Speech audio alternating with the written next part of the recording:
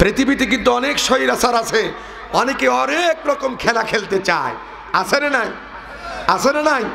অনেকেই বলে খেলা হবে, হ্যাঁ হবে খেলা, কিন্তু খেলতে গেলে তো রেফারি একটা নিরপেক্ষ থাকা দরকার। বলেন এইখানে যদি এখন মনে করেন কবুরহাট বনাম বটতল ফুটবল টুর্নামেন্ট হবে 2 পাড়ার, এখন এখানে যদি নিরপেক্ষ একজন রেফারি না থাকে, মনে করেন এই কবুরহাটের লোকজন বটতলাদের ল্যাং মারছে, হ্যান্ড হচ্ছে, ফাউল করছে, তাও বাঁশি বাজাচ্ছে না, ওটা কি খেলা বলে? কথা বলেন না কেন, খেলা বলে? আর 17.5 বছর অনেকেই খেলা খেলতে চেয়েছেন, কিন্তু আমরা বারবার বলেছি নিরপেক্ষ একজন রেফারি রাখো। যদি নিরপেক্ষ রেফারি থাকতো, বাংলাদেশে 17.5 বছর কেন 17 সেকেন্ডও কোন স্বৈরাচার বাংলার জমিনে থাকতে পারতো না। কথা বলে ঠিক কিনা? ভাইরা আমার, আবু জেহেল আল্লাহর নবী বিশ্ব নবীকে বন্দি করে, নজরবন্দি করে একটা খেলা খেলতে চাইলো।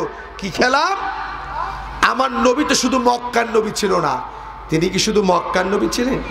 চলে বলেন, তিনি ছিলেন সাইয়্যিদুল মুরসালিন রাহমাতাল লিল আলামিন, তিনি গোটা জাহানের নবী ছিলেন। সুবহানাল্লাহ বলবেন না? আল্লাহর নবী আখিরি জামানার পয়গম্বর, গোটা জাহানের নবী ছিলেন। সেই নবীর বিরুদ্ধে নজরবন্দি করে আবু জেহেল একটা খেলা খেলতে চাইল। কি খেলা? আপনারা জানেন মক্কা কিসের জন্য সম্মানিত একটা নগরী? কেউ কি বলতে পারবেন? বাইতুল্লাহ। মাশাআল্লাহ। কিসের জন্য বলেন? বাইতুল্লাহ, কাবা শরীফ থাকার কারণে এই মক্কা নগরীটা হচ্ছে আল্লাহর কাছে এবং পৃথিবীর মানুষের কাছে অত্যন্ত সম্মানিত একটা জায়গা। কথা বলেন ঠিকটা বেঠিক? আবু জেহেল চিন্তা করল, এই কাবায় তো পৃথিবীর অসংখ্য মানুষ হজের জন্য আসবে, এবং মক্কা ছিল একটা ব্যবসার প্রাণ কেন্দ্র। কি কেন্দ্র বলেন? পৃথিবীর বহু রাষ্ট্রের মানুষ মক্কায় ব্যবসা করার জন্য আসতো।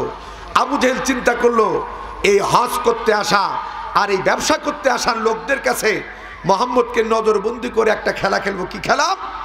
যে যারাই আসবে মক্কার যুবকদেরকে লেলিয়ে দেব, প্রত্যেকটি মোড়ে মোড়ে প্রবেশদ্বারে তারা স্লোগান দেবে একটা, মিনতে মোহাম্মদ, মোহাম্মদ মানে পাগল। নাউজুবিল্লাহ বলবেন না? মিনতে মোহাম্মদ, মোহাম্মদ মানে পাগল। বলেন, আমাকে যদি এখন কেউ নজরবন্দি করে, আমরা তখন মাজলুম, আমার প্রশংসা করলেও কোনো করণীয় নেই, বদনাম করলেও কোনো করণীয় নেই। তার কারণ আমি এখন আছি কিসের মধ্যে? নজরবন্দি অবস্থায়। কথা বলেন ঠিক না বেঠিক? এই দেশে অসংখ্য হক্কানি রব্বানি আলেমদেরকে, যারা 50টি বছর কোরআনের খেদমত করেছে, যাদের মুখের বাণী শুনে হাজার হাজার বেধর্মী মুসলমান হয়েছে, যাদের বক্তব্য শুনে অসংখ্য যুবকেরা নামাজ পড়েছে, মুখে দাড়ি নিয়ে এসেছে, এমন ইসলামী ব্যক্তিদেরকে বন্দি করার পরে তাদেরকে ধর্ষণকারী বানানো হয়েছে, তাদেরকে আল বদর বানানো হয়েছে, আল শাম বানানো হয়েছে, তবু তারা মাজলুম, তারা ওই জায়গায় থেকে কোনো কিছু করতে চলে বলেন না কেন পারে না। আল্লাহ নবী নজরবন্দি মক্কার সব যুবকদেরকে আবু জেহেল ডাকলেন, ডেকে বলেন, এই মক্কার যুবকেরা, তোমাদের বাপ দাদার ধর্মে চুনকালি লাগায়া আব্দুল্লাহর বেটা মোহাম্মদ একটি নতুন ধর্ম প্রচার করতে চায়, আর এই ছেলে যদি মক্কায় এটা যদি প্রচার করে হয়ে যায়, তার মিশন এবং মিশন যদি সাকসেসফুল হয়ে যায়, আমার দিকে তাকান, বলতেছে তোমরা মদ পান করতে পারবা না, পরের মেয়েরা আনন্দ করতে পারবা না, এরপরে তোমরা বিভিন্ন ধরনের নোংরামি যে কাজগুলো করো, এইগুলো সব বন্ধ হয়ে যাবে। কি হয়ে যাবে? এখন বলেন, পৃথিবীতে যুগ যুগ ধরে কিছু ভালো যুবকও থাকে, কিছু খারাপ যুবকও থাকে। মক্কার অধিকাংশ যারা মদ পানকারী এবং নারী লোভী, তারা চিন্তা করলো, মুহাম্মদের এই মিশন ভিশন যদি বাস্তবায়ন হয়ে যায়, তাহলে আমাদের সব সুযোগ বন্ধ, তাহলে এই কাজ করতে দেওয়া যাবে। তখন বলছে, মাননীয় প্রাইম মিনিস্টার, আমাদের কি দায়িত্ব একটু বলুন।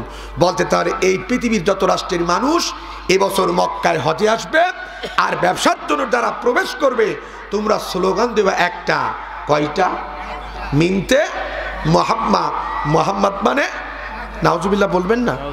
আমার নবী কি পাগল ছিলেন?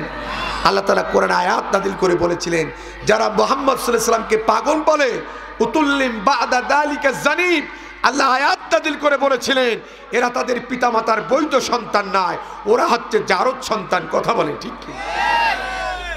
আমার ভাইরা, আমার নবীজি নজরবন্দি, মক্কার যুবকেরা আবু জেহেলের কথায় রাজি হয়ে গেল, কিন্তু তারা শর্ত দিল।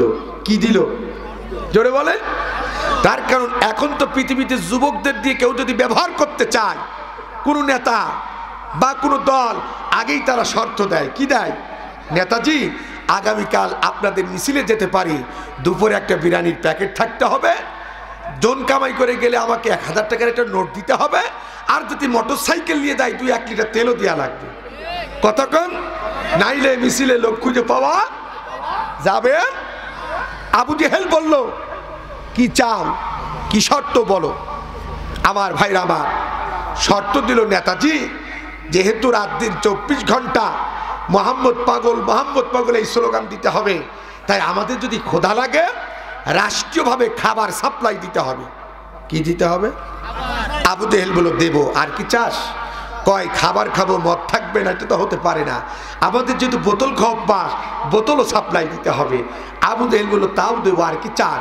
কয়, নেতা, মদ খাবো, নারী থাকবে না পাশে, এটা হতে পারে না, যেহেতু রাত দিন 24 ঘন্টা ওখানে স্লোগান চলবে, কেউ যদি গার্লফ্রেন্ড নিয়ে যেতে চায় সেখানে বাধা দেওয়া। আবু জেহেল বলল, তাও দিলাম। আর কি চান? কয়, নেতা, খাবার দেবে, মদ থাকবে, নারী থাকবে, এই জন্য আকাম কুকাম হবে না, এটা তো মেনে নেওয়া যায় না, এই জন্য কেউ যেন ডিস্টার্ব না করে, আপনার তো অসংখ্য প্রশাসন আছে, তাদেরকে দিয়ে একটু বেষ্টনী দিয়ে ঘিরে রাখবে, যেন কেউ যেন এখানে ডিস্টার্ব। এখন বলেন, এই সুযোগ যদি আমার বাংলাদেশে দেওয়া হয়, আমার মোস্তফা কামাল হুজুর বা নজিবুল ভাই বা আমি, আমার নামও বাদ দিলাম, আল্লামা দেলোয়ার হোসেন সাইদি সাহেবকে রাজাকার বলবে, ধর্ষণ বলবে, আলবদর বলবে, এমনও কোলাঙ্গার যুবক পাওয়া যাবে কি যাবে না? ধরে বলেন। আমরা সেই চিত্র বাংলাদেশে দেখেছি। গণজাগরণের মঞ্চ তৈরি করে শাহবাগ চত্বরে দিনের পর দিন, রাতের পর রাত রাষ্ট্রীয়ভাবে খাবার দেওয়া হয়েছে, তাদেরকে আকাম কুকাম করার সুযোগ দেওয়া হয়েছে, তাদেরকে কেউ যেন ডিস্টার্ব না করে প্রশাসন দিয়ে পর্যন্ত পাহারা দেওয়া হয়েছে, শুধু জাতির শ্রেষ্ঠ সন্তানদেরকে গালি দেওয়ার জন্য। কথা বলেন। কিন্তু সম্মান দেওয়ার মালিক কে? জোরে বলেন। আল্লাহ। খেলা শুরু হয়ে গেল, যুবকরা চলে গেলেন সব মোড়ে মোড়ে। স্লোগান কয়টা? মিনতে মোহাম্মদ, মোহাম্মদ মানে মুসলমান ভাইরা আমার, কাবায় যত মানুষ হজ করতে আসছেন সবাই এই স্লোগান শুনতেছে। হঠাৎ করে মদিনার একটা যুব কাফেলা, দীর্ঘদিন ধরে তারা মক্কায় ব্যবসা করে, যারা চিন্তা করলো বহুদিন ধরে মক্কায় ব্যবসা করে জীবনে কোনোদিন পাগলের নাম শুনি নাই, আজ কি এমন পাগলের আবির্ভাব ঘটলো যাকে ঠেকানোর জন্য এদেশের রাষ্ট্রপ্রধান কোটি কোটি মিলিয়নটির অর্থ ব্যয় করে মক্কার মনে মনে যুবকার যুবতীদেরকে লেলিয়ে দিয়েছে। আমরা মদিনার মানুষ, জীবনে বহু ব্যবসা করেছি মক্কায়, আজ ব্যবসা হোক আর না হোক ওই মোহাম্মদ নামক পাগল না দেখে কেউ ঘরে ফিরে যাব না। সুবহানাল্লাহ বলবেন না? মদিনার যুবকগুলো মক্কার মধ্যে প্রবেশ করলেন, যার সাথে দেখা হয় ডাক দিয়ে বলে, হে মক্কার যুবকেরা, কোথায় সেই পাগল মোহাম্মদ যাকে তোমাদের রাষ্ট্রপ্রধান নজরবন্দি করে আন্তর্জাতিক পাগল বানাতে চেয়েছে? আমরা মদিনার মানুষ সেই মোহাম্মদ নামক পাগল ছেলেটাকে আজকে দেখতে চাই। দেখবেন পৃথিবীতে যদি কোনো স্বৈরাচার ক্ষমতায় থাকে, তার অধীনস্থ অনেক মানুষ অনেক সময় দেখা যায় সত্য কথাটাও বলতেও ভয় পায়। আছে না নাই? মদিনার যুবকগুলো মক্কার মানুষদেরকে জিজ্ঞাসা করে, কেউ ভয়তে কথা বলে না। তার কারণ আবু জেহেল ছিল স্বৈরাচার, যদি শুনে ফেলে তার পেতার তারা বা তার কোনো সহযোগীরা আবু জেহেলের কাছে যদি বলে দেয়, হয়তোবা তাদেরকে আয়না ঘরের মতন ঘরের মধ্যে যাওয়া লাগতে পারতো। কথা বলেন ঠিক কিনা? মুসলমান ভাইরা আমার, কেউ ভয়তে কথা বলে না, কিন্তু একটা যুবক সাহসিকতার পরিচয় দিয়ে ডাকতে বলে, ও মদিনার যুবকেরা, মোহাম্মদ নামক ওই পাগল ছেলেটাকে দেখতে চাও? বলে হ্যাঁ। ওই দেখা যায়, ওখানেই গেলে তোমরা পেয়ে যাবা। এক সেকেন্ড আর দেরি করে না, মদিনার যুবকগুলো হাঁটি হাঁটি পা পা করে মক্কার শ্রেষ্ঠ পাগল দেখা জন্য রওনা হন। আর মনে মনে কল্পনা করে, আরে ওই মোহাম্মদ নামক ছেলেটা যদি পাগল হয়, তার হাতের চাড়াগুলো হবে লম্বা লম্বা, দাঁতগুলো থাকবে অপরিষ্কার, চুলগুলো থাকবে উস্কো খুস্কো, চেহারাতে একটা দুর্গন্ধ বাইর হবে। তার কারণ এগুলো তো পাগলের খাসলাত। কথা বলেন ঠিক কিনা? মদিনার যুবকগুলো হাঁটি হাঁটি পা পা করে পাগল দেখার জন্য সামনের দিকে অগ্রসর হয়। হঠাৎ করে যেতে যেতে মদিনার যুব কাফেলার মধ্যে থেকে একটা ছেলে চিৎকার করে ডাক দিয়ে বলে, আহারে, এ কেমন পাগলের রাস্তা, এ কেমন পাগলের পথ, যে এই রাস্তার সামনে যতই যাই ততই যেন একটা মেশকে আম্বারের মতন ঘিরান পাইতে থাকি। সুবহানাল্লাহ বলবেন না? আমার ভাইরা, আমার আল্লাহর নবী আখির জামানার পয়গম্বর নজরবন্দি, ওই রাস্তায় তারা হাঁটছে, সুগন্ধ পেয়ে তারা চিৎকার করে বলে, আহা, কি এত সুন্দর সুগন্ধ!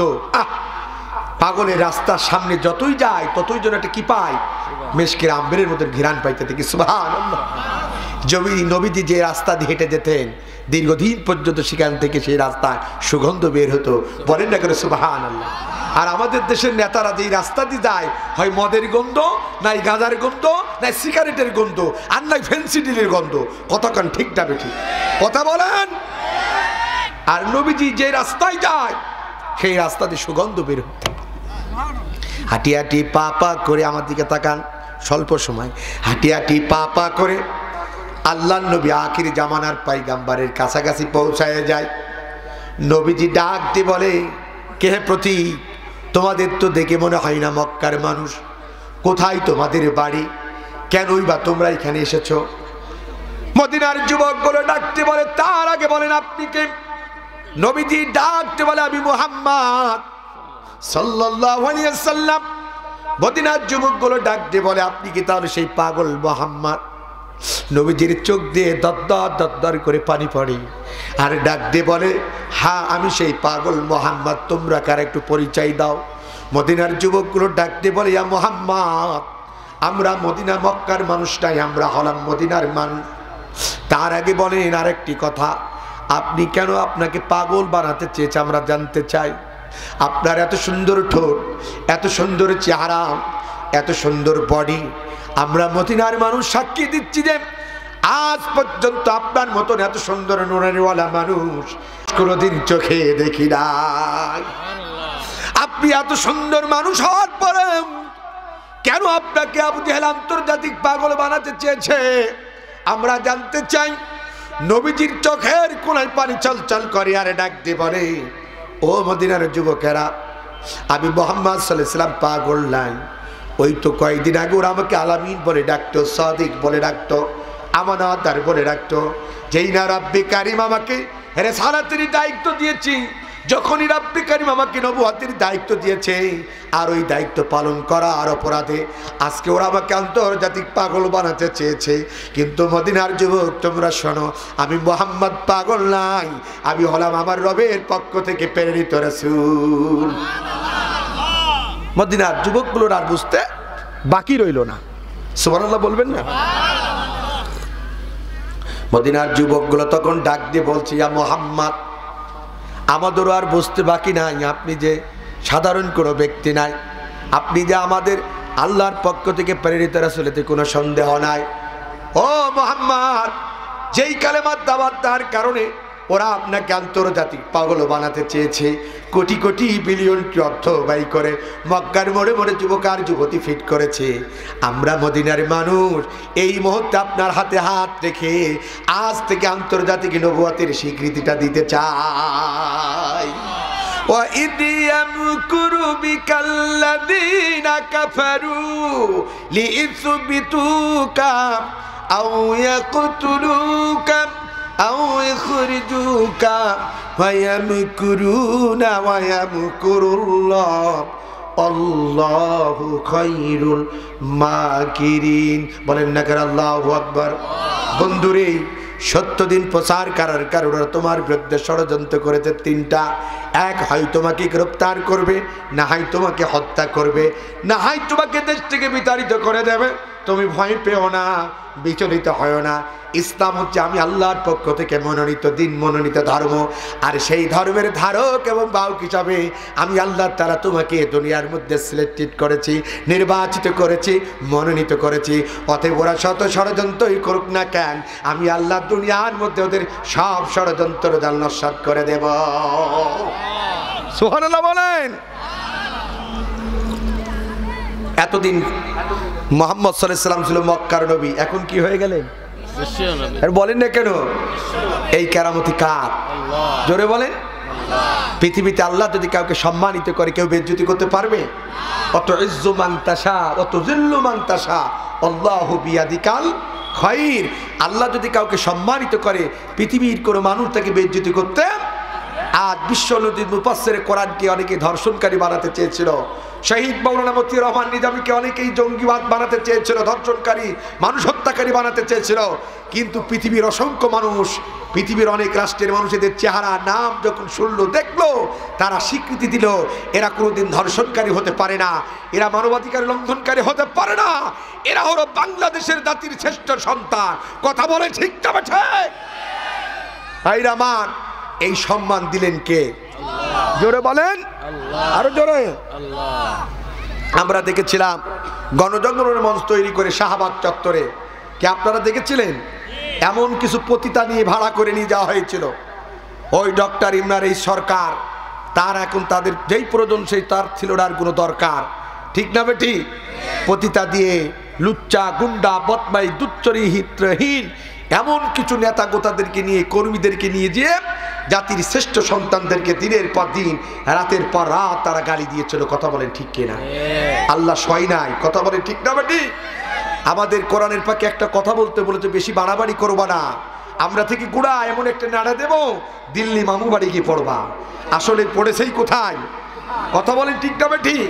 তার কথা প্রত্যেকটি আজ মিলে যাচ্ছে। বলেছিল শুধু তাই নয়, এমন একটা সময় আসবে ইঁদুরের গর্তের মধ্যে পালানোর জায়গা খুঁজে পাবা না। কথা বলে ঠিক কিনা? আল্লাহ এমন ভাবে বেইজ্জতি করেছে যে গর্তের মধ্যে পালানোর জায়গা খুঁজে পায় না। কথা বলে ঠিক কিনা? এমনকি দুপুরের খাবারটাও খেতে পারে না। কথা বলেন। রাগ করেছেন নাকি আপনারা? কেরামতি কার? জোরে বলেন। আল্লাহ ছাড় দেয়, কিন্তু ছেড়ে দেয়। মুহাম্মদ সাল্লাল্লাহু আলাইহি সাল্লাম ওয়াজ শুনতেছিলেন, নবীর বিরুদ্ধে আবু জেহেল সৈরাচার যুবক ভাড়া করে গালি দেওয়ার জন্য যত হাজি আসবে, যত ব্যবসায়িক আসবে, মুহাম্মদ নবী নাই এটাকে তারা প্রচার করতে চেয়েছিল যে মুহাম্মদ একটা ছেলে আছে মক্কায়, সে কি বলেন পাগল। কিন্তু সম্মান দিলেন কে? আবু জেহেলের মাথা খারাপ। দেখবেন সৈরাচার যখন কোনো কিছু হাতে নাই কর্মসূচি, আর তার বিপরীত যত কোনো সাকসেসফুল হয়ে যায়, তার এন্টি পার্টি যদি সাকসেসফুল করে ফেলে, তখন তাদের মাথায় কাজ করে না। কথা বলেন ঠিক কিনা? দেখবেন এদেশের ইসলামপন্থী মানুষদেরকে রাজপথে বেরোতে দেবে না। দেখা যাচ্ছে পাহাড়া দেশে মদনপুর মিছিল হয়ে যাচ্ছে বটতলায়, তখন ওদের মাথা খারাপ, এরা কোত্থেকে আসলো? কতক্ষণ ঠিক যাবে? ঠিক। কেরামতি কার? ধরে বলেন আল্লাহ। ভাইরা আমার, আবু জেহেলের মাথা খারাপ, আবার পার্লামেন্টে বসলেন, কি করা যায়? দারুণ্য দোয়ায় সবাই সিদ্ধান্ত দিলেন মুহাম্মদ সাল্লাল্লাহু আলাইহি সাল্লামকে নজরবন্দি করে হবে না, ওই বেটাকে একবারে জেলের মধ্যে ঢুকাই দাও। কোথায়? জেলের মধ্যে ঢুকাই দাও। আল্লাহু আকবার। সংক্ষিপ্ত করে দিলাম। নবীকে ধরে নিয়ে এসে আবু জেহেলের মক্কায় কারাগার ছিল মোট 8টি। জোরে বলেন কয়টি? কেন্দ্রীয় কারাগার হিসেবে আবু জেহেল বেছে নিলেন শিয়াব আবু তালিব একটা পাহাড় কি বেছে নিলেন। আল্লাহ নবীকে করে নিয়ে এসে ধরে নিয়ে এসে জেলখানার মধ্যে ঢুকাই দিলেন। লম্বা ইতিহাস। 3টি বছর পার হয়ে যায়। কয় বছর? আল্লাহ নবীকে যখন যেদিন জেলে দিলেন, এরই মধ্যে মক্কায় গুনগুন আওয়াজ শুরু হয়ে গেল। কি আওয়াজ? আল্লাহ নবীর হাতে 42 জন পুরুষ আর 11 জন নারী গোপন ইসলাম ধর্ম গ্রহণ করেছিল। এটা আবু জেহেল এবং তার অনুসারীর কেউ জানতো না। সুবহানাল্লাহ বলবেন না? এদের মধ্যে ছিল হযরত আবু বকর, হযরতে বেলাল, খাব্বাব বা সুমাইয়ার মতন মানুষ। 42 জন পুরুষ আর 11 জন নারী। তাদের কানে যেই না আওয়াজ গেল যে মুহাম্মদ সাল্লাল্লাহু আলাইহি সাল্লামকে আবু জেহেল শিয়াবে আবু তালিবে বন্দী করেছে, তারা তখন গুনগুন আওয়াজ শুরু করলো। কি আওয়াজ? আহারে, মুহাম্মদের মতন ভালো মানুষ মক্কায় কেউ নাই, এই ছেলেটারে কেন আবু জেহেল জেলে দিলে? এই কাজটা ভালো কাজ। এই গুনগুন আওয়াজ করা হলোই তাদের জন্য কাল। আবু জেহেলের যারা 5টা গোলাম গ্রামে বাস করে তারা চিন্তা করলো, আমার নেতা ছেলে দেয়, এরা কেন গুনগুনিয়ে গান গায়, নিশ্চয় এরা আমার নেতার এন্টি পার্টি। জোরে বলেন কি পার্টি? কোনো কথা নাই। তিলকে তাল বানায়া, যেহেতু আগামী দিনে কিছু ধান্দা করে খাওয়ার নেশা আছে, করে দেখবেন এলাকার মধ্যে কিছু পাতি নেতা আছে, তিলকে তাল বানায়া নেতাদের কান ভারী করে হাট বাজার মেরে খায়, টেন্ডারবাজি করে খায়, বিভিন্ন ধরনের ধান্দাবাজি করে, আছে না নাই? কোনো কথা নাই। সোজা চলে গেলেন আবু জেহেলের কাছে, বললেন নেতা ভাব ভালো নাই। বলে কি হয়েছে? কই মুহাম্মদকে আপনি জেলে দিয়েছেন, কিন্তু মক্কায় মনে হচ্ছে মুহাম্মদের কিছু অনুসারী তৈরি হয়ে গেছে, যারা গুনগুনি মুহাম্মদের পক্ষে কথা বলে, আপনার বিপক্ষে কথা বলে। ও নেতা, আগামী দিনে যদি এই মক্কায় আরো কিছুদিন নেতৃত্ব দিতে চান, মক্কার গদি যদি টিকিয়ে রাখতে চান, ওই মুহাম্মদকে একা জেলখানায় ঢোকালে হবে না, এই গুনগুন গুনগুন পার্টিগুলোকেও ধরে জেলখানায় ঢোকানো লাগবে। আবু জেহেল বলল, কি বলিস? এই গোপনে গোপনে কাম হইল কবে? হ্যাঁ, এখন বাংলাদেশের লোক দেখে যেদিকেই যায় লোকে শুধু স্লোগান দেয়, আল্লাহর আইন চায়, সৎ লোকের শাসন চায়, আল কোরআনের আলো, সংসদে জালো, আছে না নাই? এখন অনেকের মাথা খারাপ হয়ে যাচ্ছে। কথা বলেন ঠিক না ঠিক? ইনশাল্লাহ হবে, এদেশে আল্লাহর আইন বাস্তবায়ন হবে, সত্যকের শাসন হবে, সেটাই ভবিষ্যৎবাণী দিচ্ছে। কথা বলে ঠিক তবে ঠিক।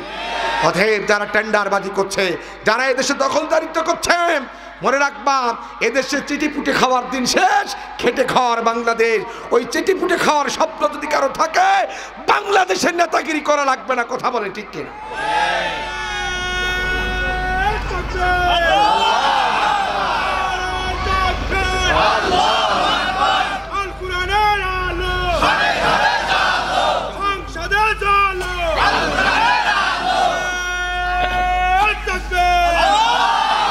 আমার ভাইয়ের, আপনাদের কি কষ্ট হচ্ছে? আবু জেহেল বলে, ওদের তো আমি চিনি না, তালিকা দিতে হলে তো এই গুনগুন পার্টি তোদেরই দেওয়া লাগবে। এই চোরহাস বলেন, এই বটতল বলেন, বা খাজানগর বলেন, কে ইসলামের পক্ষে, কে ইসলামের বিপক্ষে, কে ডানপন্থী, কেউ বামপন্থী, এই তালিকা যদি ওদের কাছে দিতে হয়, এই গ্রামের কারো না কারোর দিয়া লেগেছে। কথা বলেন ঠিক কিনা? আবু জেহেল বলল, তালিকা যদি দিতে হয় তোদেরই দেওয়া লাগবে, তার কারণ আমি তোদের চিনি না। আমার দিকে তাকান, মক্কার সব থেকে ভদ্র মানুষের নামটা দিল সর্বপ্রথম, নাম হলো আবু বকর। কি নাম বললাম? যে আবু বকর, শুধু নবীজি একদিন বলেছে, আবু বকর, এই নিষ্ঠুর মক্কার মানুষ হয়তো আমাকে থাকতে দেবে না, তোমাকে হয়তো আমার সাথে মক্কা ছাড়তে হতে পারে, হিজরত করা লাগতে পারে। সেদিন থেকে হযরত আবু বকর একটা রাতের জন্য ঘুমাই নাই। কোন একটা দিন রাতের বেলায় নবীজি আবু বকরের বাড়ির সামনে গিয়ে ডাক দেয়, আবু বকর তুমি কি বাড়িতে আছো? এক ডাক দেওয়ার সাথে সাথে হযরত আবু বকর ঘরের দরজা খুলে দেয়। তাকিয়ে দেখে আখির জামানার পয়গম্বর নবীজি ডাকতে বলে, আবু বকর এত রাত হইতো, তুমি কেন ঘুমাও নাই? একটা বার তোমাকে আবু বকর বলে ডাকলাম, তুমি ঘরের দরজা খুলে দিলে। হযরত আবু বকর ডাকতে বলে, ইয়া রাসূলুল্লাহ, ইয়া হাবিবাল্লাহ, যেদিন থেকে আমি আপনার জবান থেকে শুনেছি আবু বকর, এই নিষ্ঠুর মক্কার মানুষ হয়তো আমাকে থাকতে দেবে না, আমাকে মক্কা ছাড়তে হতে পারে, আমাকে হিজরত করা লাগতে পারে, আর ওই হিজরতের সাথী হবা তুমি। ও নবীজি, আমি আবু বকর আল্লাহকে সাক্ষী রেখে বলছি, সেদিন থেকে আমি আবু বকর একটা রাতের জন্য কোনোদিন ঘুমাই নাই, প্রতিদিন এই দরজার কাছে দাঁড়িয়ে থাকি, না জানি কখন দয়ার নবী এসে আমাকে ডাকবে, আমাকে যদি না পায় আল্লাহর নবী কষ্ট পাবে, তাই আমি সারা রাত ধরে দরজার কাছে দাঁড়িয়ে থাকি, আপনি কখন আসবেন আর ডেকে বলবেন, আবু বকর চলো আমরা হিজরত করতে যাই। এই আবু বকরের নাম দিলেন সর্বপ্রথম 42 জন পুরুষ, তাদের মধ্যে হযরত আবু বকর, বেলাল, খাব্বাব, সুমাইয়ার মতন মানুষ, আর 11 জন নারী, মোট 52 জন তালিকা দিলেন আবু জেহেলের কাছে। আবু জেহেল তালিকা দেখে বলেন, এক দল আর এক দলের নেতাদের তালিকা দেখলে খুশি হয় না বেজার হয়? আবু জেহেলের মাথা খারাপ, কই তাড়াতাড়ি ওদেরকে ধরে নিয়ে আয়, মোহাম্মদকে যেই জেলে ঢুকাইছি সে আবু তালিবের মধ্যে এই 42 জন পুরুষ আর 11 জন নারী, যারা গুনগুন গুনগুন করে মোহাম্মদের পক্ষে কথা বলেছে, তাদের শুদ্ধ ওই জায়গায় চিরতরের মধ্যে ঢুকাইয়ে দিই। নিয়ে আসলে লম্বা ইতিহাস সংক্ষিপ্ত করে দিলাম, ঢুকাইয়ে দিলেন। ইতিহাস সাক্ষী, 1 নয় 2 নয়, 2.5 থেকে 3টি বছর পার হয়ে যায়। কেউ মক্কায় আন্দোলন করে না, কেউ নবীজিকে জেলখানার থেকে মুক্ত করে না। হঠাৎ করে আবু জেহেলের একজন দলের প্রধান উপদেষ্টা, 81 বছর বয়স ছিল, নাম ছিল হিশাম ইবনে আমর, কোন একদিন রাত্রির বেলায় পাগলের মতন চিৎকার করছে।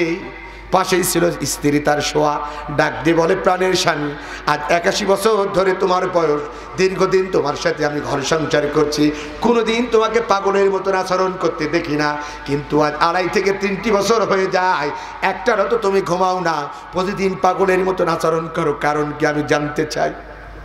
এই হিশাম ইবনে আমর কিন্তু মুসলমান ছিল না, সে ছিল কাফের। ডাক দিয়ে বলছে, স্ত্রীরা সত্য বলবো না মিথ্যা বলবো? বলছে তোমাকে সত্য বলতে হবে।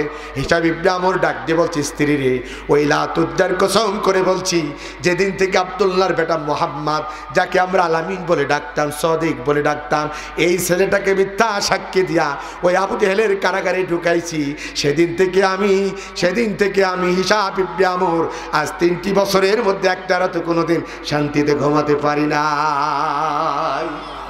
বলেন তো তার ঘুম কেড়ে নিয়েছেন কে? আরো জোরে বলেন কে? আমার হুজুরকে যদি কেউ কষ্ট দেয়, নজরুল ভাইকে যদি কষ্ট দেয়, যেহেতু আলেম, আল্লাহর কসম করে বললাম, ভালো মানুষকে যদি কেউ কষ্ট দেয়, ওরা কেউ শান্তিতে থাকে না। হয় ঘুমের পরীক্ষে রাতে ঘুমানো লাগে, নাই দুশ্চরিত্র লম্পট ছেলেদের পাহারা দিয়ে রাতের বেলায় ঘুমায়। জোরে বলেন ঠিক না বেঠিক? জোরে বলেন। আমার দরদির ভাইয়েরা, আবু জেহেলের প্রধান উপদেষ্টা হিশাম ইবনে আমর স্ত্রীকে যেই না বলেছেন, ওই ছেলেটাকে জেলে দেওয়ার কারণে আমার ঘুম হয় না। স্ত্রী ছিল চালাক, বলতে বুঝতে পেরেছি, মক্কার সব থেকে ভদ্র ছেলে, তাকে তোমরা কিছুদিন আগে আলামিন বলতে, সদক বলতে, আর স্বার্থের কারণে তোমার নেতার সাথে তাল মিলাইয়া জেলখানায় ঢুকাইছো। আমার মনে হয় এই অপরাধেই ওই মুহাম্মদের আল্লাহ তোমার ঘুম কেড়ে নিয়েছে। বলছে তাই? বলছে হ্যাঁ। শান্তিতে ঘুমাবা? বলে হ্যাঁ, আমি তো শান্তিতেই ঘুমাতে চাই।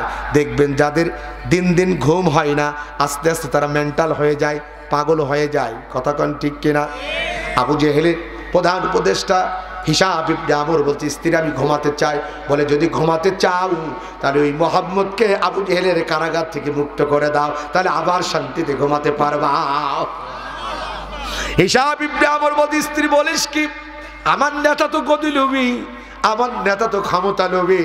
আমি যেই না মুহাম্মদের প্রশংসা করব, মুহাম্মদের মুক্তির জন্য দাবি করব, যেহেতু স্বৈরাচার, আমাকে শুদ্ধ কোথায় ঢোকাবে?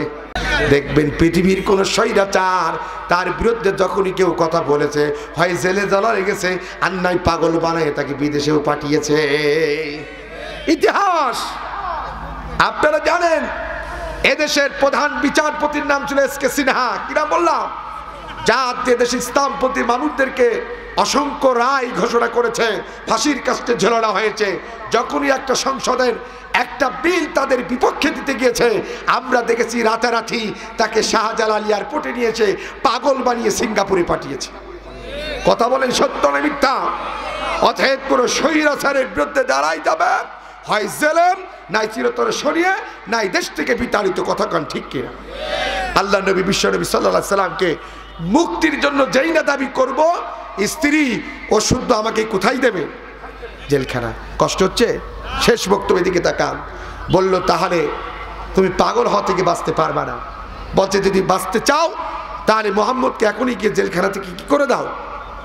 তিনি পরিকল্পনা নিলেন, মুহাম্মদ সাল্লাল্লাহু আলাইহি সাল্লামকে যদি জেলখানা থেকে মুক্ত করতে হয়, আমার একা দ্বারা হবে না, আরো 4 জন নেতা আমাকে হাত করতে হবে। সুবহানাল্লাহ বলবেন না? তিনি পরিকল্পনা নিলেন কাকে হাত করা যায়। তিনি সিদ্ধান্ত নিলেন আবু জেহেল রাষ্ট্রের মধ্যে একজন মস্তান পুষতেন। কি পুষতেন? এদিকে তাকান, দেখবেন পৃথিবীতে যারা স্বৈরাচার হয়, ওরা মস্তান ছাড়া রাষ্ট্র ধরে রাখতে পারে না। অবৈধ অস্ত্র তুলে দেওয়া লাগে। কথা বলে ঠিক না ঠিক? আবু জেহেল মস্তান পুষতেন, তার নাম ছিল জুহাইর ইবনে আবু উমাইয়া। কি নাম বললাম? রাত 12টা বেজে গেছে, মক্কার সব মানুষ যখন ঘুমিয়ে গেছে, আবু জেহেলের প্রধান উপদেষ্টা হিশাম ইবনে আমর হাঁটি হাঁটি পা পা করে প্রধান মস্তান জুহাইর ইবনে আবু উমাইয়ার বাড়িতে যায়। দরজার কাছে ডাক দিয়ে বলে, ভাই জুহাইর, তুমি কি বাড়িতে আছো? এক ডাক দেওয়ার সাথে সাথে ঘরের দরজা খুলে দেয়। তাকিয়ে দেখে আবু জেহেলের দলের প্রধান উপদেষ্টা হিশাম ইবনে আমর তার বাড়ির গেটের সামনে। ডাক দিয়ে বলে, ভাই এত রাতের বেলায় কেন আপনি আমাদের বাড়িতে এসেছেন? আপনি তো আমাদের দলের সব থেকে বয়োজ্যেষ্ঠ নেতা, আমাকে ডাকলেই তো আপনার কাছে চলে যেতাম, আসার প্রয়োজন ছিল না। হিসাব ইবনে আমর ডাক দিয়ে বলে, হে জুয়াইর, তার আগে বলে তো রাত হয়েছে, তুই কেন ঘুমাস নাই? একটা বার তোকে জুয়াইর ইবনে আবু মাইয়া বলে ডাকলাম, এক ডাকেই তুই ঘরের দরজা খুলে দিলি, তুই কে রাতের বেলায় ঘুমাস না? আমার দিকে তাকান। এই জুয়াইর ইবনে আবু মাইয়াও কিন্তু মুসলমান ছিল না, সেও ছিল কাফের। ডাক দিয়ে বলছে, নেতাজি, ওই লাত উজ্জার কসম করে বলছি, যেদিন থেকে ওই মক্কার সব থেকে ভালো ছেলে, যার নাম ছিল মুহাম্মদ, যাকে আমরা আলামিন বলে ডাকতাম, সাদেক বলে ডাকতাম, আমানতদার বলে ডাকতাম, এই ছেলেটাকে মিথ্যা সাক্ষী দিয়া যেদিন থেকে আবু জেহেলের কারাগারে ঢুকাইছি, সেদিন থেকে আমি জুহাইর ইবনে আবু মাইয়া আজ 3টি বছরের মধ্যে একটা রাত কোনোদিন শান্তিতে ঘুমাতে পারি না। সুবহানাল্লাহ বলেন। ঘুম কেড়ে নিয়েছেন কে? প্রধান মস্তান। এই কথা বলার সাথে সাথে প্রধান উপদেষ্টা বলতে, ভাই আমারও তো সেম একই কেস, আমিও ঘুমাতে পারি না, কি করা যায়? প্রধান মস্তান বলছে, ভাই সব বাদ দেন তো, মোহাম্মদকে মনে হয় আবু জেহেলের কারাগারতে ছেড়ে দিলে আমরা আবার শান্তিতে ঘুমাতে পারবো। সুবহানাল্লাহ বলবেন না? প্রধান উপদেষ্টা বলছে, থাম বেটা, তুই যতই মস্তান, আমি দলের প্রধান উপদেষ্টা হই না কেন, এটা গদির ব্যাপার, এটা স্বৈরাচারের ব্যাপার, স্বৈরাচার, এটা গদির ব্যাপার, এটা চেয়ারের ব্যাপার। পৃথিবীতে যারা স্বৈরাচার হয়, হাজারো মায়ের কলিজার টুকরা সন্তানের রক্ত ঝরলেও, হাজারো মায়ের বুক খালি হলেও স্বৈরাচার যারা হয়, গদিলিপি যারা হয়, এতটুকু তাদের হৃদয় গলে না। কথা বলে ঠিক তবে ঠিক। বলছে, তাহলে কি করা যায়? বলছে, শোন, আর 3 জন নেতাকে হাত করতে পারলেই মুহাম্মদকে মুক্ত করা আমাদের জন্য কি হবে? সহজ হবে। কাকে হাত করা যায়? 2 জন মিলে সিদ্ধান্ত নিলেন, আবু জেহেল রাষ্ট্রের মধ্যে একজন চাঁদাবাজ পুষতেন। কি বাস? দেখবেন পৃথিবীতে যারা স্বৈরাচার, যারা অবৈধভাবে গদি দখল করে ক্ষমতাকে ধরে রাখতে চায়, ওরা জানে চাঁদাবাজি না করলে তাদের কর্মী থাকবে না। কতক্ষণ ঠিক না বেঠিক?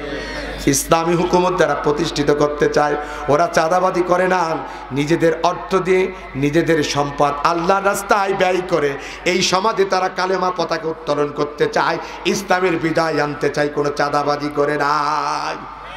আবু জেহেল ছিল স্বৈরাচার, এই জন্য তিনি রাষ্ট্রের মধ্যে একজন চাঁদাবাজ পুষতেন, যার নাম ছিল মতিব ইবনে আদি। এটাকে হাত করলেন। এখন কয়জন হলো? 3 জন। 3 জন মিলে সিদ্ধান্ত নিলেন, আর 2 জনকে হাত করতে পারলেই মুহাম্মদ সাল্লাল্লাহু আলাইহি ওয়াসাল্লামকে মুক্ত করা আমাদের জন্য সহজ হবে। কাকে হাত করা যায়? 2 জন 3 জন মিলে সিদ্ধান্ত নিলেন। আবু জেহেল রাস্তার মধ্যে একজন বডিগার্ড পুষতেন। জোরে বলেন কি গার্ড? আওয়াজ বলেন কি গার্ড? দেখবেন পৃথিবীতে যারা নির্বিচারে মানুষ হত্যা করে, মানুষের প্রতি জুলুম করে, সমাজের মানুষদেরকে কষ্ট দেয়, ওরা দেখবে রাজপথে একা হাঁটতে ভয় পায়, যার কারণে ওদের সামনে পেছনে ডানে বামে বডিগার্ড থাকে কি থাকে না? জোরে বলেন না কেন, থাকে কি থাকে না? আবু জেহেল ছিল স্বৈরাচার, এই জন্য তিনি রাষ্ট্রের মধ্যে বডিগার্ড পুষতেন এবং যাকে তাকে বিশ্বাস করতেন না। নিজের আপন খালাতো ভাই তাকে বানিয়েছিলেন আবু জেহেলের প্রধান বডিগার্ড। কি গার্ড? নাম ছিল মুখতার ইবনে হিশাম। নামটা শুনে রাখেন। কি নাম বললাম? মুখতার ইবনে হিশাম। ইনি ছিলেন আবু জেহেলের প্রধান বডিগার্ড। আজও দেখবেন পৃথিবীর অনেক স্বৈরাচার আছে, দেশের পুলিশের প্রতি বিশ্বাস নাই, আর্মির প্রতি বিশ্বাস নাই, বিজিবির প্রতি বিশ্বাস নাই, র্যাবের প্রতি বিশ্বাস নাই, বাহির রাষ্ট্র থেকে বডিগার্ড নিয়ে এসে পাহারা দিয়ে রাত যাপন করে, এমন ইতিহাসও আমরা পালানোর সময় দেখতে পেয়েছি। জোরে বলেন ঠিক না বেঠিক? কথা বলেন আমার ভাইরা আমার। আবু জেহেল এরকম কাউকে বিশ্বাস করতেন না, নিজের আপন খালাতো ভাইকে বানিয়েছিলেন প্রধান বডিগার্ড। নাম ছিল মুখতার ইবনে হিশাম। এটাকে হাত করলেন। হলো কয়জন? এদিকে তাকান, কয়জন? এই 4 জন মিলে সিদ্ধান্ত নিলেন, আর একজনকে হাত করতে পারলেই মুহাম্মদকে মুক্ত করা, ধরে বলেন, সহজ হবে। কাকে হাত করা যায়? 4 জন মিলে সিদ্ধান্ত নিলেন। আবু জেহেল রাষ্ট্রের মধ্যে একজন বুদ্ধিজীবী পুষতেন। জোরে বলেন কি জীবী? তার কাজ হলো, আবু জেহেল যত অন্যায় করুক না কেন, দেশের মধ্যে দ্রব্য জিনিসের দাম বাড়িয়ে দিক না কেন, যতই খারাপ কাজ করুক না কেন, ওর কাজ হলো শুধু আবু জেহেলের কাছ থেকে টাকা খাওয়া আর জনগণকে বারবার ভূগোল বোঝানো যে আবু জেহেল ভালো লোক, জয়ের মালা তারি হোক। জোরে বলেন কি? আবু জেহেল ভালো লোক, জয়ের মালা। জোরে বলেন জয়ের মালা কিসের বিনিময়ে? এটা জোরে বলেন কিসের বিনিময়ে? আজ আজও পৃথিবীর অনেক রাষ্ট্রের মধ্যে আমরা দেখেছি এমনও বুদ্ধিজীবী রাত 12টার সময় পক পক করে। আমরা এখন বুঝতে পেরেছি তারা কেন তারা করত। আর সমাজের মধ্যে বুদ্ধিজীবী, আমি মনে করি ওই মানুষগুলো বুদ্ধিজীবী হতে পারে না যখন এদেশের মধ্যে একটা কলিজার টুকরা সন্তান গুম হয়। ওই বুদ্ধিজীবীরা কথা বলে না। এই যে কুষ্টিয়া জেলায় মুকাদ্দেস শাহ অলিউল্লাহ ইসলামী বিশ্ববিদ্যালয়ের মেধাবী ছাত্র ছিল, বাংলাদেশে কোনো বুদ্ধিজীবী তাদের পক্ষে অতীতে কথা বলে নাই। কলিজার টুকরা সন্তানগুলো রাস্তায় হত্যা হয়ে লাশ হয়ে পড়ে থাকেন, কোনো বুদ্ধিজীবী কথা বলে নাই। দেশের মধ্যে দ্রব্য জিনিসের দাম বেড়েছে, গরিব মানুষগুলো চিৎকার করে আহাজারি করে কান্না করেছে, তাদের পক্ষে কেউ কথা বলে নাই। ধর্ষিত বোনগুলো বিচার পায় নাই, দাঁড়ে দাঁড়ে ঘুরে ঘুরে বিচার পায় নাই। ওই রাষ্ট্রের মধ্যে কোনো বুদ্ধিজীবী ধর্ষিত বোনের পক্ষে কথা বলে নাই। আমরা তখনই ধরে নিয়েছি এরা বুদ্ধিজীবী নাই, এরা দেশ এবং জাতির চিরশত্রু। কথা বলেন ঠিক কিনা? আরো যারা বলে ঠিক কিনা? রাম বুদ্ধিজীবী আছে না নাই? কেসের বিনিময়ে জোরে বলেন। আবু জেহেলও টাকা দিয়ে বুদ্ধিজীবী বসতেন। আবু জেহেলের প্রধান বুদ্ধিজীবীর নামটা শুনে রাখেন, নাম ছিল জাইমা ইবনে আসওয়াত ইবনে মুত্তালিব। ইনি ছিলেন আবু জেহেলের প্রধান বুদ্ধিজীবী। রাত 12টা বেজে গেছে, মক্কার সব মানুষ ঘুমিয়ে গেছে। প্রধান উপদেষ্টা হিসাব ইবনে আমর, প্রধান মস্তান জুহাইর ইবনে আবু মাইয়া, প্রধান চাঁদাবাজ মতিব ইবনে আদি, প্রধান বডিগার্ড মুক্তার ইবনে হিশাম, প্রধান বুদ্ধিজীবীর বাড়ির গেটের সামনে কি ডাকতে বলে, ভাই জাইমা ইবনে আসওয়াত ইবনে মুত্তালিব তুমি কি বাড়িতে আছো? এক ডাক দেওয়ার সাথে সাথে ঘরের দরজা খুলে দেয়। তাকিয়ে দেখে আবু জেহেলের হাইব্রিড 4 জন নেতা তার বাড়িতে হাজির। কয়জন? জোরে বলেন কয়জন? হাইব্রিড নেতা আমাদের দেশে আছে না নাই? ডাক দিয়ে বলছে, ভাই এত রাতের বেলায় কেন তোমরা আমার বাড়িতে এসেছ? 4 জন বলে, তার আগে বল এত রাত হয়েছে তুই কেন ঘুমাস নাই? একবার তোকে যাইবা বলে ডেকেছি, এক ডাকেই ঘরের দরজা খুলে দিয়েছি, তুই কে রাতের বেলায় ঘুমাস না? যাইবে আসওয়াত ইবনে মুত্তালিব ডাক দিয়ে বলছে, নেতা সত্য বলবো না মিথ্যা বলবো? বলছে তোমাকে সত্য বলতে হবে। ওই যাইবে আসওয়াত ইবনে মুত্তালিব ডাক দিয়ে বলছে, নেতাজি ওই লাতুদ্দার কসম করে বলছি, যেদিন থেকে ওই মক্কার সব থেকে ভালো ছিলেন, যাকে আলামিন বলে ডাকতাম, সাদিক বলে ডাকতাম, আমানউদ্দার বলে ডাকতাম, এই ছেলেটাকে মিথ্যা সাক্ষী দিয়া ওই আবু জেহেলের কারাগারে ঢুকাইছি। সেদিন থেকে আমি জাইমেবটা আসওয়াত ইবনে মুত্তালিব আজ 3টি বছরের মধ্যে একটা রাতও কোনোদিন শান্তিতে ঘুমাতে পারি নাই। সুবহানাল্লাহ বলবেন না? এতদিন কেউ ছিল না, এখন কয়জন? সংক্ষিপ্ত করে দিলাম। এই 5 জন একটা পাহাড়ের উপর উঠলেন। ওই পাহাড়টার নাম ছিল হাজ্জান পাহাড়। কি পাহাড়? রাতের শেষ অংশে 5 জন কাফের, তখনও মুসলমান নাই, হাজ্জান পাহাড়ের উপর উঠে প্রথমে হাত রাখলেন আবু জেহেলের প্রধান উপদেষ্টা হিশাম ইবনে আমর, তারপরে হাত রাখলেন প্রধান মস্তান জুহাইর ইবনে আবু মাইয়া, তারপরে হাত রাখলেন প্রধান চাঁদাবাজ মতিব ইবনে আদি, তারপরে হাত রাখলেন প্রধান বডিগার্ড মুক্তার ইবনে হিশাম, তারপরে হাত রাখলেন প্রধান বুদ্ধিজীবী জাইমা ইবনে আসওয়াত ইবনে মুত্তালিব।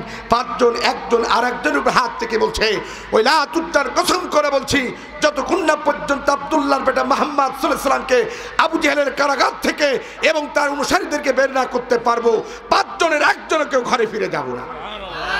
সুবহানাল্লাহ বলবেন না? জোরে বলেন না কেন? সুবহানাল্লাহ। ওয়া মাকারু ওয়া মাকারাল্লাহ আল্লাহু খায়রুল মাকিরিন। আল্লাহু আকবার। আল্লাহর কৌশলের কাছে সবার কৌশল কি বলেন? 0। আবু জেহেলের কাছে চলে লম্বাই 4, আর কয়েক মিনিটের মধ্যে শেষ। 5 জন গিয়ে নেতার কাছে বলে, নেতা প্রথমে দাঁড়িয়ে গেলেন বুদ্ধিজীবী, এদিকে তাকান, শাহাদাত আঙ্গুল এইভাবে উঁচু করে বলছে আবু জেহেলের দিকে, আমি জানতে চাই, জাইমা ইবনে আসওয়াত ইবনে মুত্তালিব বলছে, আমি জানতে চাই আপনি মুহাম্মদকে কোন কোন অপরাধে জেলে দিয়েছেন? আবু জেহেল ক ক করে হাসে আর বলে, জাইমা তুমি কি পাগল হয়ে গেছো? মুহাম্মদের তো কোনো অপরাধ নাই, অপরাধ একটাই, ও যে কালেমার দাওয়াত দিচ্ছিল, এটা যদি মক্কায় প্রসার করতে দিতাম, দিন দশকের ব্যবধানে গোটা মক্কার মানুষগুলো সব কালেমাওয়ালা হয়ে যেত, মুসলমান হয়ে যেত।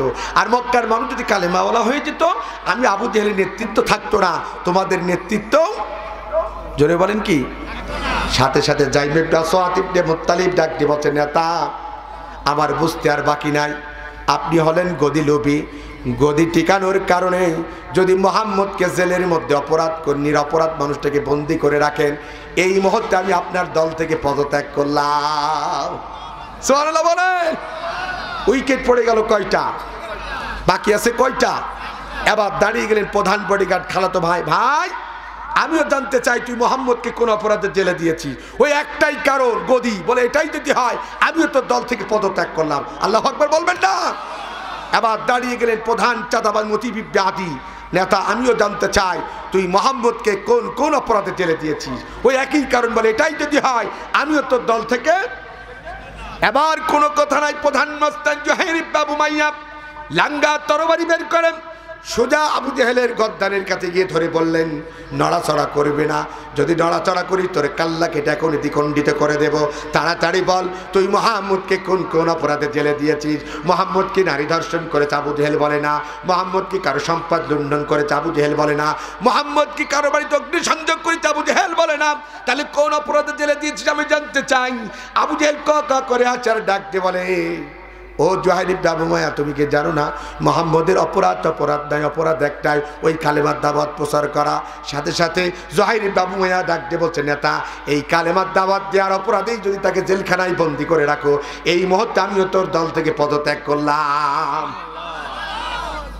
তারপরেও বলছে নড়াচড়া করবি না, কাল্লা উড়াই দেবো। খারাপ মানুষ যখন বিপদে পড়ে বাঁচার চেষ্টা করে কি করে না? বলছে প্রধান উপদেষ্টা হিসাব ইবনে আমরের হাতটা চিপে ধরে আবু জেহেল বলছে, ভাই তুমি না আমার দলের প্রধান, একটু জোহাইরকে বলো না আমাকে একটু বাঁচাক, তরবারিটা ফেলে দিতে, না জানি কখন কাল্লা উড়াই দেয়। বলছে বাঁচাতেই পারি, শর্ত একটা। সুবহানাল্লাহ বলবেন না? বলছে কি শর্ত? কয় শিহাবে আবু তালিবের যেই জেলখানায় ঢুকাইছি ওই জেলের চাবিটা যদি এই মুহূর্তে জোহাইর ইবনে আবু মাইয়ার হাতে তুলে দিতে পারি, আজকের মতো প্রাণী বেঁচে যাবি। সুবহানাল্লাহ বলবেন না? আবু জেহেল দৌড় দিলেন ঘরের মধ্যে, জেলের চাবিটা নিয়ে এসে মুহাম্মদ সাল্লাল্লাহু আলাইহি সাল্লামের এই জোহাইর ইবনে আবু মাইয়ার প্রধান মস্তানের হাতে দিলেন। প্রধান মস্তান চাবিটা পাওয়ার সাথে সাথে লাঙ্গা তরবারি জমিনে ফেলে দিলেন। এখানে যদি কোন আলেম থাকে, বুখারী শরীফের হাদিস, 5 জন কাফের লাঙ্গা তরবারি ফেলে দিয়ে সোজা দৌড়ে দিলেন শিহাবে আবু তালিবের গেটের সামনে। শিহাবে আবু তালিবের গেটটা খুললেন 5 জন কাফের। এবার ডান হাতটা উঁচু করে উঁচু আওয়াজে ডাকতেছে, আইনা মুহাম্মদ। আরবি এবারতটা এইভাবে এসেছে, আইনা মুহাম্মদ। মুহাম্মদ কার করে যখন 5 জন ডাকতেছে, আইনা মুহাম্মদ, মুহাম্মদ তুমি কোথায়? ও কুষ্টিয়া জেলার ভাইরা, দুনিয়ার জেলখানায় যদি কেউ যান 2 বার খাবার পান এবং টাকা থাকলে স্পেশাল খাবার কিনে খাওয়াও, যাই কি যাই না? আবার নবী আর তার সাথীদেরকে এমন জেলখানায় আবু জেহেল রেখেছে, 1 নয় 2 নয় 3টি বছরের মধ্যে একটা রাতে দিনও কোনোদিন খেতে দেয় নাই। কত যাবি ক্ষুধার যন্ত্রণা সইতে না পেরে জেলখানার মধ্যে চিৎকার করে কাঁদে আর ডাকতে বলি, ইয়া মুহাম্মদ আপনি কি আল্লাহর নবী নয়? আপনি কি আমাদের জন্য আল্লাহর কাছে খাবার চাইতে পারেন না? আমরা যে ক্ষুধার যন্ত্রণা সইতে পারি না।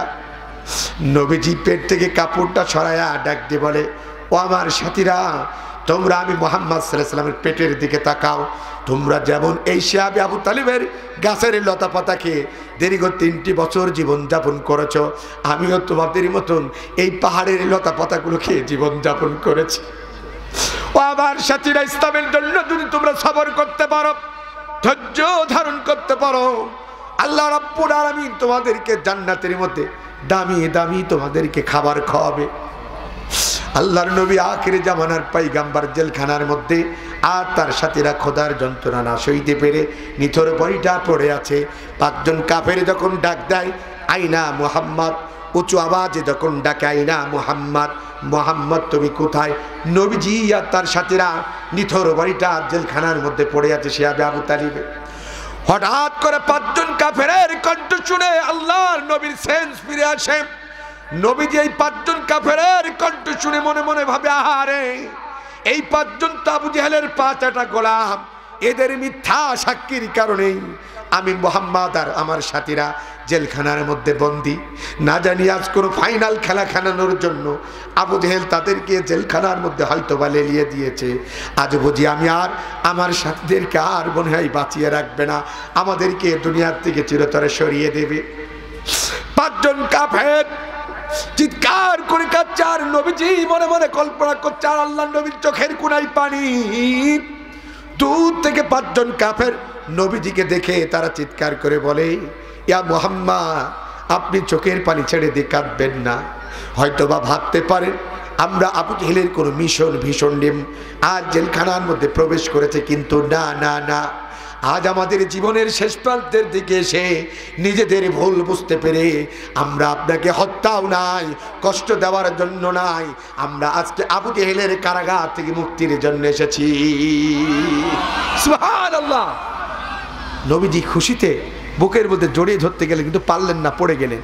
5-10 দিন পর্যন্ত তাদেরকে ভালো ভালো খাবার খাওয়ালেন। তারা চিন্তা করলেন এত ক্ষুধার্ত, খেজুর ম্যানেজ করলেন, খুরমা ম্যানেজ করলেন, কিশমিশ ম্যানেজ করলেন, উঠে দুধ ম্যানেজ করে সুস্থ করে এদিকে তাকান। শেষ বক্তব্য, আল্লাহ নবীকে এবার আবু জেহেলের কারাগার থেকে এদিকে তাকান মুক্ত করে ঠিক কাবা শরীফের যেটা মেন গেট, ওই গেটের সামনে তাকে দাঁড় করাই দিলেন।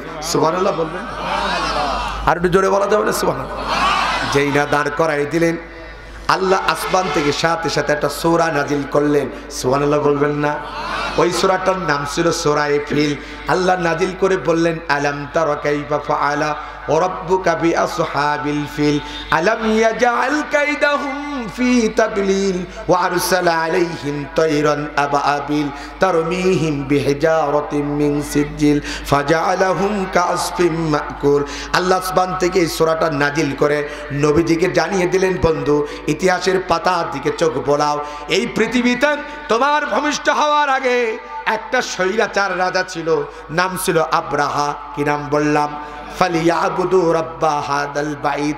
আমি আল্লাহ ছিলাম কাবার মালিক। কিন্তু এই স্বৈরাচার রাজা আব্রাহা ক্ষমতার গাম্ভীর্যতা দেখিয়ে হস্তি বাহিনী নিয়ে আমার কাবাকে ধ্বংস করতে চেয়েছিল, অহংকার তাকাব্বুরি করতে চেয়েছিল।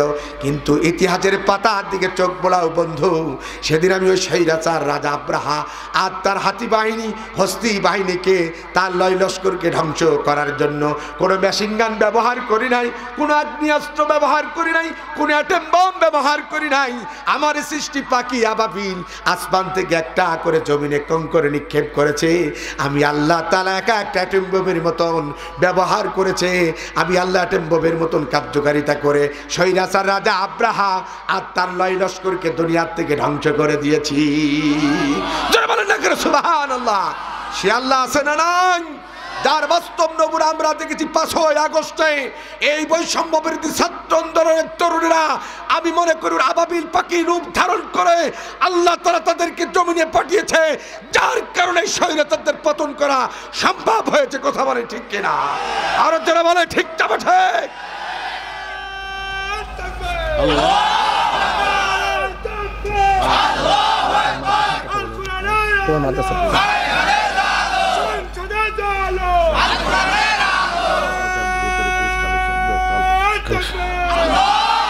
আমার ভাইয়ের আপনাদের কি কষ্ট হচ্ছে? তাহলে আল্লাহর জমিনে আবু জেহেল বহু ষড়যন্ত্র করেছিল, ধোঁকাবাজ, অনেক স্বৈরাচার ষড়যন্ত্র করে টিকে থাকতে পেরেছে।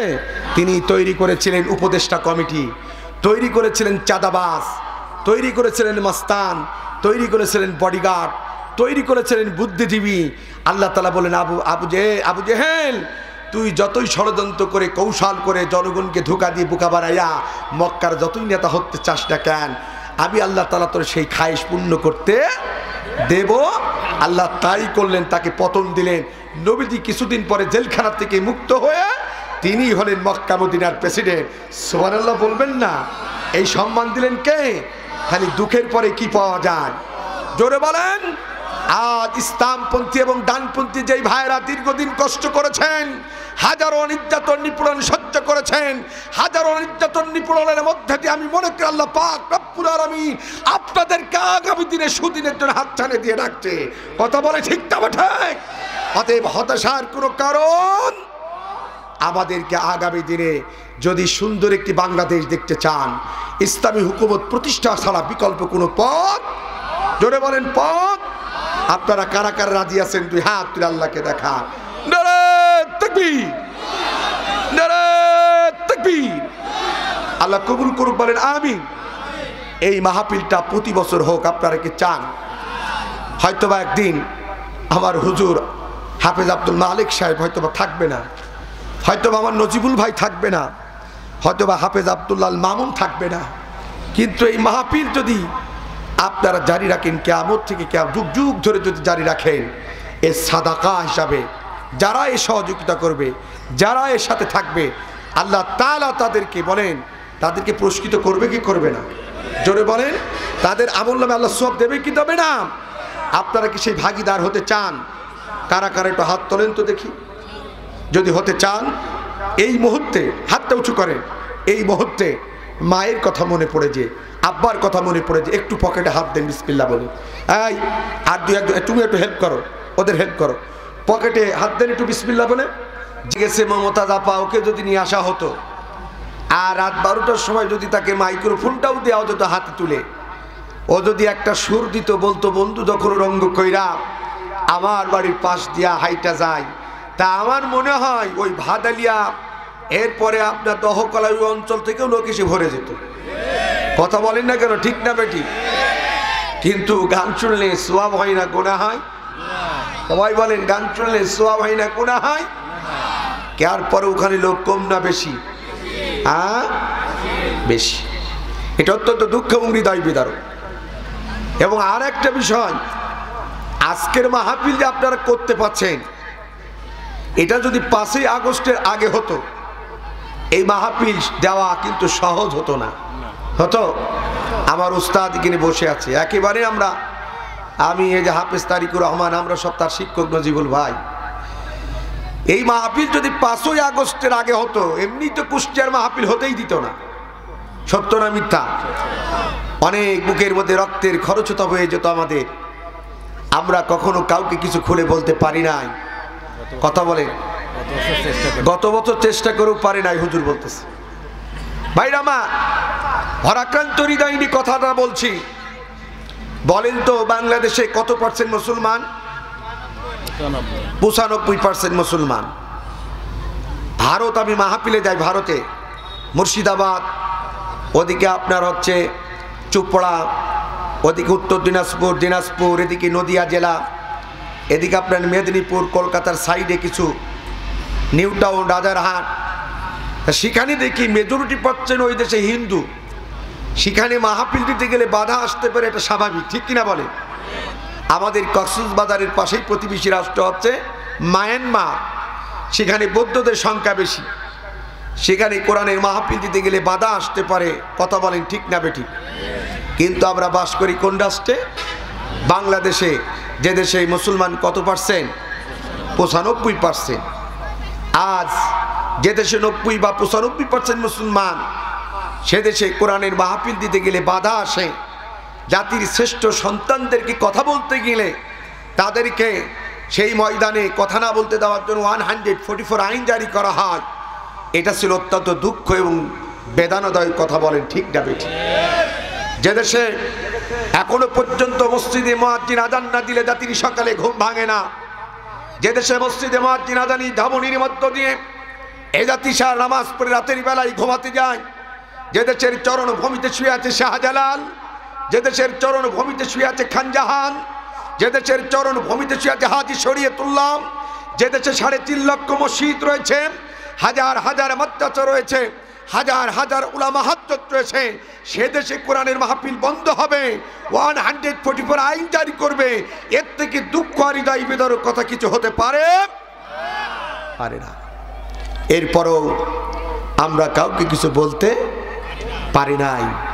কিন্তু ওই কবির কবিতাটা বারবার মনে পড়ে যায়, পাঞ্জেরি রাত পোহাবার কত দেরি, এ জাতি আর কতকাল ঘুমিয়ে থাকবে।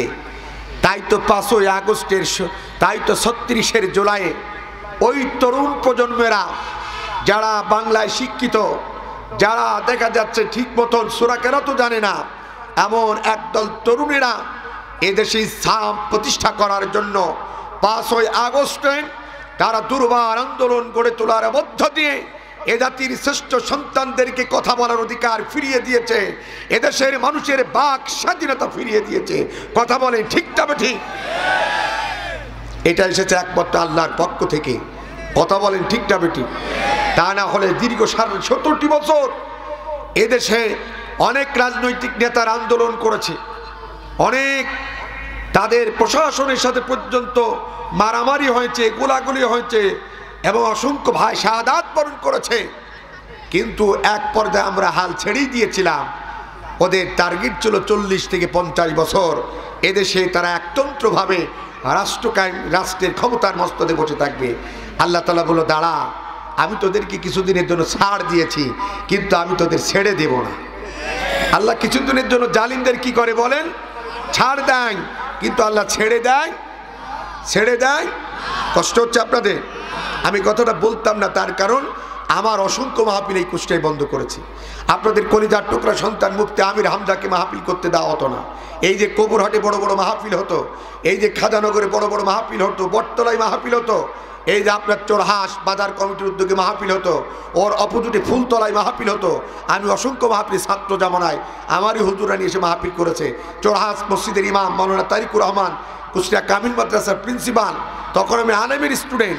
ওই যে ক্যাম সিরাতুন্নিসা মেমোরিয়াল মসজিদের যিনি ইমাম মাওলানা সাইফুদ্দিন সাহেব, ওনার সন্তান এখানে আছে, ওনাদের পাড়ায় একসময় আমাকে মাহফিল আনতো। এই জনপদ আমাদের, যেই জনপদে বেড়ে ওঠা, সেই জনপদে যদি আমরা কথা বলার অধিকার যদি না পাই, এর থেকে দুঃখজনক কথা কিছু ছিল বলেন? ভাইরা আমার, আমি এটা বলতে চাই নাই, আমার উদ্দেশ্যও নাই। আমি আপনাদের দুটি পায়ে হাত থেকে বলে যেতে চাই, দল যেটাই ক্ষমতা আসুক না কেন, কোরআনটাকে সকল দলের ঊর্ধ্বে রাখবেন। রাজি আছেন তো ইনশাল্লাহ? জোরে বলে রাজি আছেন তো ইনশাল্লাহ? তার কারণ কোরআন কোন দলের দলীয় গ্রন্থ।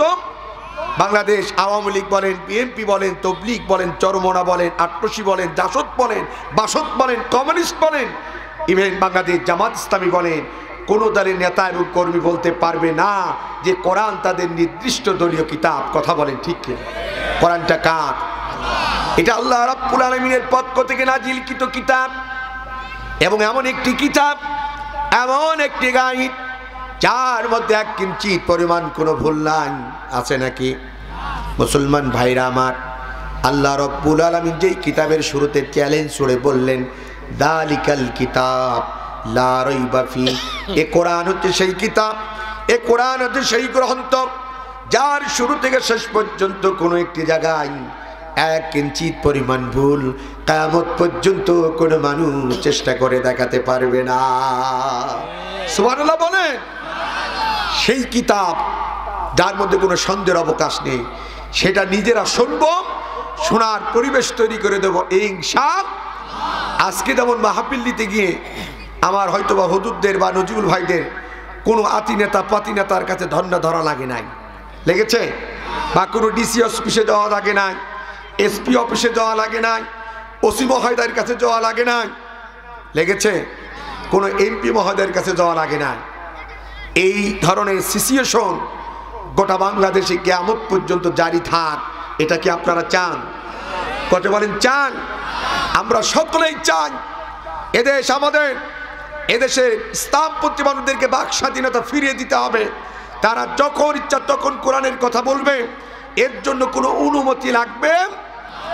আর যদি কেউ নতুন করে এই অনুমতির সিস্টেম আবার চালু করে, আমরা ধরে নেব তারা অতীতের থেকে বড় স্বৈরাচার এই বাংলাদেশে এসেছে। কথা বলে ঠিক কি? আর নতুন করে আমরা এটা দেখতে চাই না। যদি কেউ এই সিদ্ধান্ত বা অতীতের ওই পদ্ধতি আবার চালু করে, আমরা বাংলাদেশের মানুষ এক কথাই বলতে চাই, ওরা অতীতের স্বৈরাচারের থেকে বড় স্বৈরাচার আমাদের ঘাড়ের উপরে এসে বসবে। কথা বলে ঠিক কিনা? ভাইরা আমার, আসুন এখন সেই কোরআন থেকে কথা বলবো, যেই কোরআন আল্লাহর পক্ষ থেকে নাজিলকৃত কিতাব, যার মধ্যে কোনো সন্দেহের অবকাশ। ইনশাআল্লাহ শুনবেন তো? আমার উস্তাদ আগে আমাকে বলেছে শর্ট টাইমে শেষ করবো, আমিও শর্ট টাইমে একটা ছোট্ট আয়াত তেলাওয়াত করে আপনাদের মাঝ থেকে বিদায় নেব ইনশাআল্লাহ। এদিকে তাকান, সাবজেক্ট ভিত্তিক আলোচনা। আমি আজকে যে টপিকসটা নিয়ে, যে সাবজেক্টটা নিয়ে আলোচনা করব, সেটা হলো মহাগ্রন্থ আল কোরআনুল কারীমের সূরা আনফালের 30 নম্বর আয়াত। কত নম্বর আয়াত? তার মানে এখানে লেখা আছে তাফসিরুল কোরআন মাহফিল। আমাদেরকে একমাত্র নিমন্ত্রণ বা আমাদেরকে দাওয়াত করা হয়েছে কোরআন থেকে কি করার জন্য? বলেন না কেন? কোরআন থেকে কথা বলার জন্য, তাফসির করার জন্য। এরপরও দেখবেন আলেমেরা কোরআন থেকে কথা বলার পরে কালকে চার দোকানে এমনও কিছু মানুষ আছে, তারা চা খাবে আর বলবে গতকালকে ওহির আলো মডেল মাদ্রাসার মাহফিলে গিয়েছিলাম, হুজুরেরা একটাও কোরআনের কথা বলেনি, যা বলেছে সব রাজনীতি। আছে না নাই?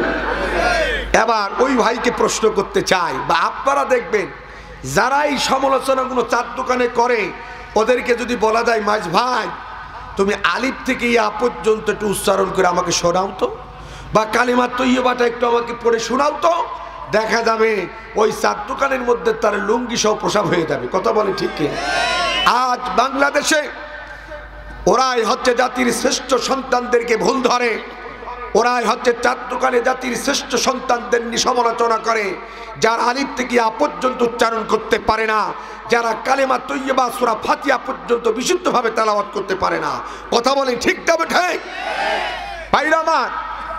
তাই আমি বলতে চাই, আপনাদের যাদের মোবাইল আছে রেকর্ড করতে পারেন, লিখে রাখতে পারেন, আমি কোরআন থেকে কথা বলার চেষ্টা করব ইনশাআল্লাহ। আমার আলোচনা সাবজেক্ট শুরু হচ্ছে সূরা আনফাল আয়াত নম্বর 30। কত? আউযু বিল্লাহি মিনাশ শাইতানির রাজিম, বিসমিল্লাহির রহমানির রহিম। ওয়া ইয ইয়ামকুরু বিকাল্লাযীনা কাফারু লিইসবিতুকা আও ইয়াকতুলুকা আও ইখরিজুকা ওয়া ইয়ামকুরুনা ওয়া ইয়ামকুরুল্লাহ আল্লাহু খায়রুল মাকিরিন। সাদাকাল্লাহুল আযীম। এটা হলো সূরা আনফালের 30 নম্বর আয়াত, যার সরল অনুবাদটা একটু জানা দরকার, তারপরে ব্যাখ্যা বিশ্লেষণে যাব। এই সূরাটি হচ্ছে 9 নম্বর পারার 8 নম্বর সূরা। কত নম্বর পারা? সূরা আনফাল কত নম্বর পারা? 9 নম্বর পারার 8 নম্বর সূরা। সূরাটির নাম সূরা আনফাল, যার আয়াত সংখ্যা 75টি ও রুকু সংখ্যা 10টি। রুকু কয়টি? এবং যে সূরাটি নাজিল হয়েছে মদিনায়। জোরে বলেন কোথায়? এর মধ্যে থেকে 30 নম্বর আয়াতের এখন তাফসীর চলবে ইনশাআল্লাহ। আল্লাহ কি বলছে আগে তাকান। আউযু বিল্লাহি মিনাশ শাইতানির রাজিম, বিসমিল্লাহির রহমানির রহিম। বিতাড়িত মরদুর শয়তান থেকে পানাহ চাচ্ছি আমরা কার কাছে? আল্লাহ তাআলার কাছে।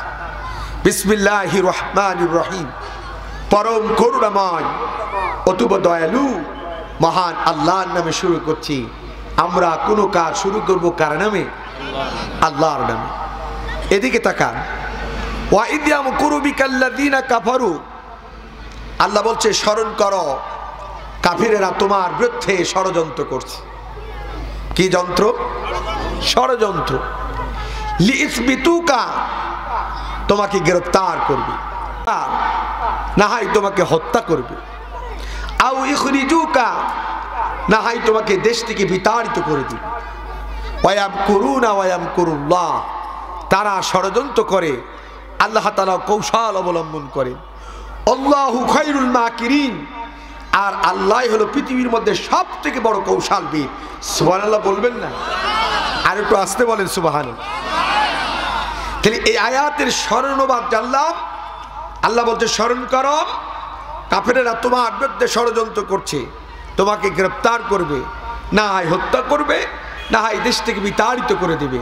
তারা ষড়যন্ত্র করে, আল্লাহ তাআলা কৌশল অবলম্বন করে, আর আল্লাহ হলো পৃথিবীর মধ্যে সবথেকে বড় কৌশলবিদ। সুবহানাল্লাহ বলেন। এবার এই আয়াতের ব্যাখ্যার দিকে যেতে চাই। মূলত এই আয়াতটা নাজিল হয়েছে আমার নবীর শানে। কার শানে? আমাদের নবীর নাম কি বলতে পারবেন?